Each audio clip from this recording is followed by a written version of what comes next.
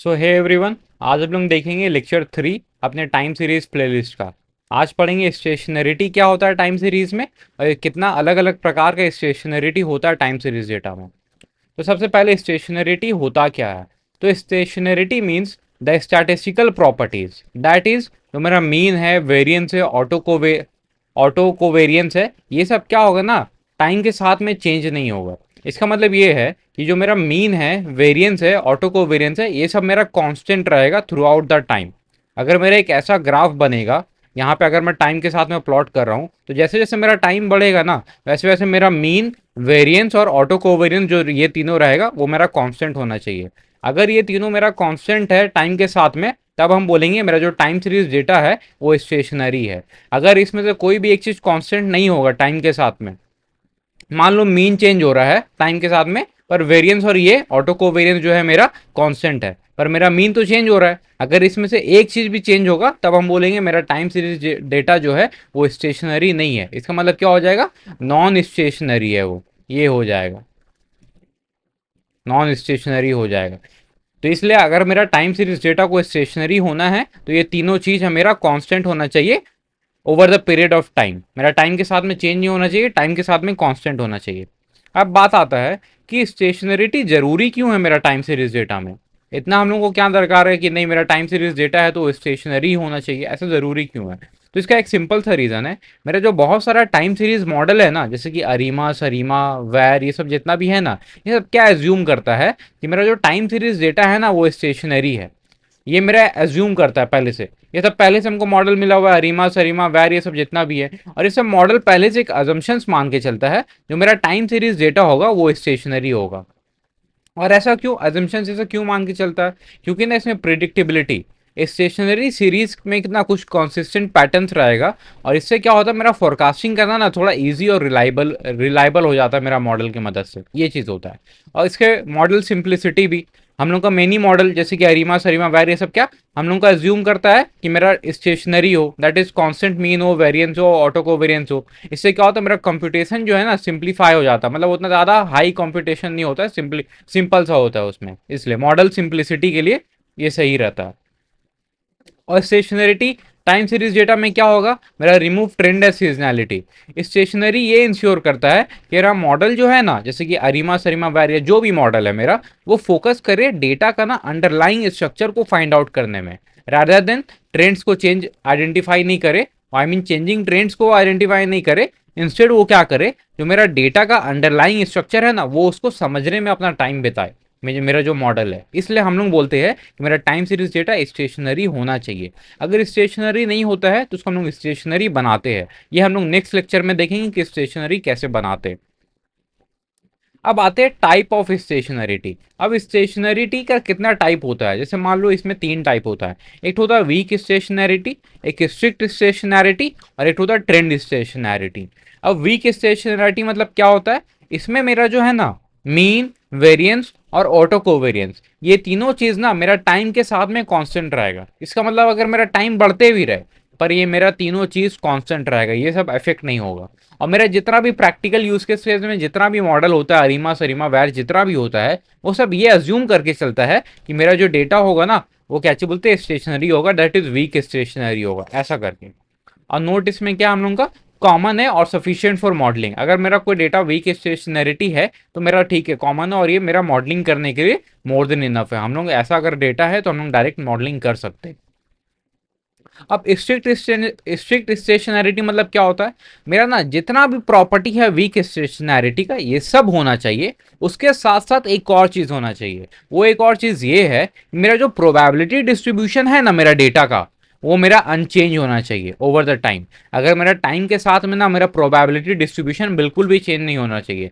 मेरा टाइम के साथ जैसे जैसे हम लोग आगे बढ़ेंगे, हम लोग का प्रोबेबिलिटी डिस्ट्रीब्यूशन जो है अनचेंज रहना चाहिए, मतलब कि सेम रहना चाहिए। ये होता है मेरा स्ट्रिक्ट स्टेशनैरिटी।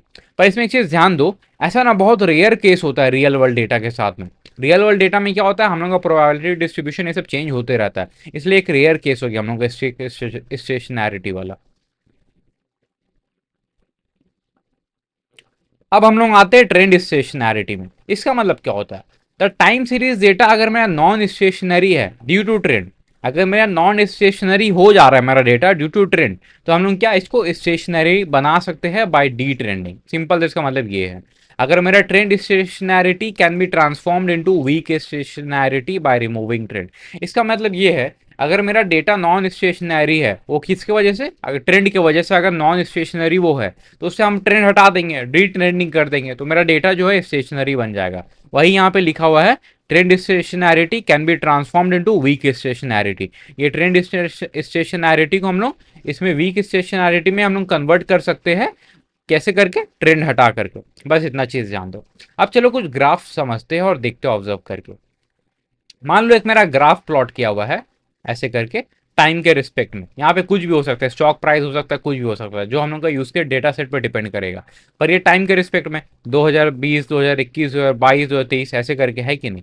और मेरा ग्राफ कुछ ऐसा बन रहा है कि नहीं ऐसा।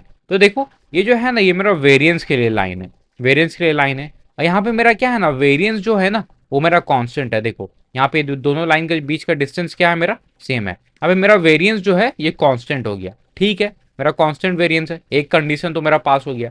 यहाँ पे देखो मेरा मीन भी जो है कांस्टेंट है, मेरा दूसरा कंडीशन में पास हो गया। ये ऐसे होता है। और इसमें हम लोग क्या बोलेंगे, स्टेशनैरिटी मीन है और स्टेशनैरिटी वेरियंस है। अब इसका मतलब क्या होता है, स्टेशनैरिटी मीन या स्टेशनैरिटी वेरियंस। इसका मतलब देखो ये होता है, stationarity mean and variance means, mean और वेरिएंस जो है ना मेरा टाइम सीरीज डेटा का, वो टाइम के साथ में चेंज नहीं होगा, वो कांस्टेंट रहेगा। यहाँ पे मेरा वेरिएंस भी कांस्टेंट है, मीन भी कांस्टेंट है टाइम के साथ साथ, इसलिए हम बोल रहे हैं स्टेशनैरिटी मीन और स्टेशनैरिटी वेरिएंस।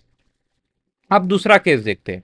अगर मेरा इस तरह का कुछ ग्राफ है, यहाँ पे मेरा ऐसे ऐसे ऐसे ऐसे ऐसे ऐसे ऐसे ग्राफ बन रहा है, ये मेरा वेरिएंस का लाइन है ऐसे करके, और ये मेरा मीन का लाइन है ऐसे करके। अगर तुम यहाँ पे देखोगे, देखो इसका इसका इसका इसका इसका डिस्टेंस मेरा क्या है, सेम है। मतलब मेरा ये कांस्टेंट वेरिएंस हो गया। मतलब क्या है, स्टेशनैरिटी वेरिएंस तो हो गया, पर इसमें क्या है, जो मेरा मीन है ना, देखो मीन चेंज कर रहा है टाइम के साथ में, कहीं मीन का वैल्यू ज़्यादा है कभी कम है ऐसे करके। तो यहाँ पे मेरा क्या होगा, नॉन स्टेशनैरिटी मीन हो जाएगा। वहीं ये वाला ग्राफ देखो, यहाँ पे मेरा एक ग्राफ मैं बनाया हूँ ऐसे करके, ये ग्राफ है।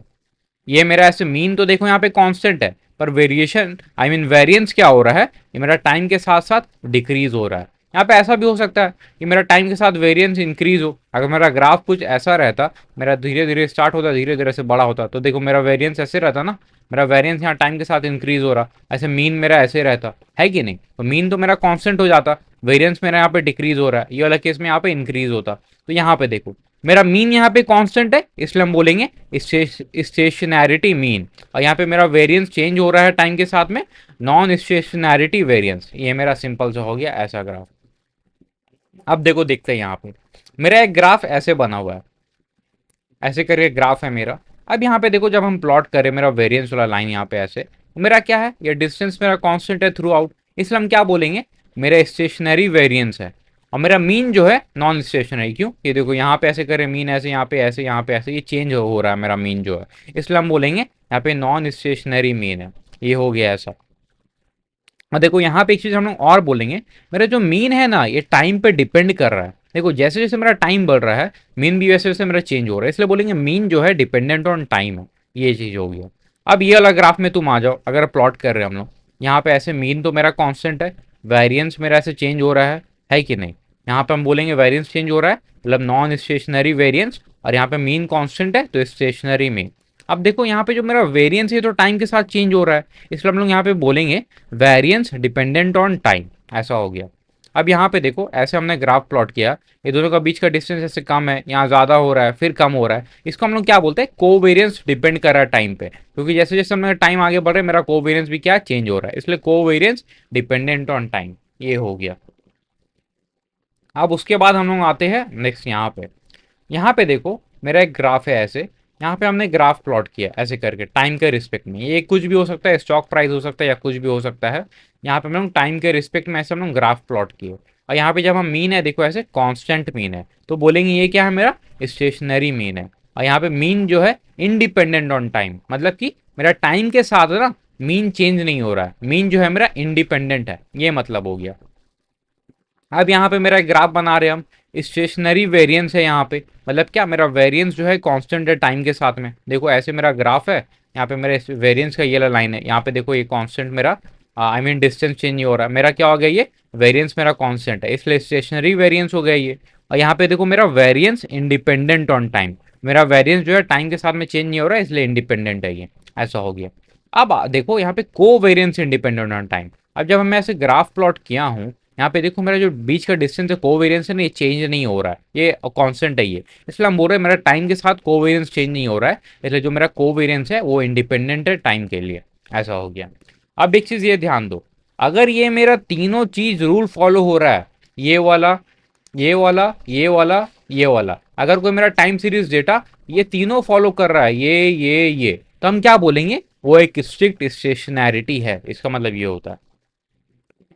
और स्ट्रिक्ट स्टेशनैरिटी में हम क्या बोले थे, जो मेरा प्रोबेबिलिटी डिस्ट्रीब्यूशन फंक्शन होता है वो चेंज नहीं होता टाइम के साथ में, वो सेम होता है। तो इसलिए क्या होता है ना, every part of time series data, जो मेरा टाइम सीरीज डेटा का अगर हम कोई पार्ट निकालेंगे और उसको नेक्स्ट पार्ट से हम कंपेयर करेंगे, वो आइडेंटिकल होगा एकदम। देखो अगर मान लो मैं इतना पार्ट निकाल रहा हूँ और मैं बोलूंगा इससे मैं कंपेयर करूँ, तो देखो दोनों सेम दिख रहा ना, ये पूरा सेम है, या ये पूरा सेम है, ये पूरा सेम है, सब आइडेंटिकल है, यही होता है इसका मतलब कि एवरी पार्ट मेरा सेम रहेगा। या तो मान लो हम इतना निकाल लिया और इसको कंपेयर कर रहे हैं, देखो ये भी सेम है, ये भी सेम है, ये होता है स्ट्रिक्ट स्टेशनैरिटी के केस में।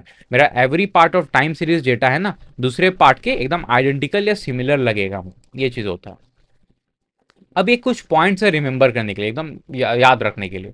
For most real world time series analysis, अगर हम लोग देखो, हम लोग तो real world time series analysis करेंगे राइट, जैसे कि स्टॉक प्राइसेस प्रिडिक्ट करना, वेदर का डेटा को देखना, इकोनॉमिक डेटा देखना, ये सब कुछ डेटा करना। इसमें क्या होता है ना, वीक स्टेशनैरिटी को प्रीफर करता है, क्यों, क्योंकि स्ट्रिक्ट स्टेशनैरिटी ना बहुत ही रेयर होता है रियल वर्ल्ड डेटा में, इसलिए हम यहाँ पे क्या वीक स्टेशनैरिटी का प्रेफर करते हैं ऐसा। और वीक स्टेशनैरिटी इनफ है मेरे लिए मोस्ट ऑफ द मॉडल के लिए, जैसे अरीमा, सरीमा, वैर, ये सब जो है ना, अगर मेरा डेटा वीक स्टेशनैरिटी है वो मोर देन इनफ है, हम अपना मॉडल आराम से यूज कर सकते हैं। और देखो वीक स्टेशनैरिटी को प्रीफर करते हैं जब मेरा खाली मीन और वेरिएंस मैटर करता हो, और जब जहां पे मेरे को इंटायर डिस्ट्रीब्यूशन मैटर करता है, वहां पे हम लोग क्या स्ट्रिक्ट स्टेशनैरिटी देखते हैं। और जहां पे ये मैटर नहीं करता है, खाली मीन और वेरिएंस मैटर करता है, वहां हम स्ट्रिक्ट स्टेशनैरिटी के बारे में देखते हैं। तो देखो इस लेक्चर हम लोग क्या पढ़े, स्टेशनरिटी होता क्या है और उसके टाइप्स के बारे में पढ़े। अब हम लोग देखेंगे नेक्स्ट लेक्चर में स्टेशनरिटी का कुछ टेस्ट देखेंगे, कैसे हम फाइंड आउट करें मेरा टाइम सीरीज डेटा स्टेशनरी है कि नॉन स्टेशनरी है। उसके लिए कुछ टेस्ट होता है, जैसे ADF test, KPSS test, KS test, ये सब टेस्ट के बारे में देखेंगे। फिर उसके बाद वाले लेक्चर में हम लोग देखेंगे अगर मेरा डेटा नॉन स्टेशनरी है तो हम उसको ना स्टेशनरी में कैसे कन्वर्ट करेंगे, इसके बाद वाले लेक्चर में देखेंगे। और प्रैक्टिकल इम्प्लीमेंटेशंस भी करेंगे नेक्स्ट लेक्चर में और उसके बाद वाले लेक्चर में भी। तो चलो तब तक के लिए इतना ही, मिलते हैं नेक्स्ट लेक्चर में।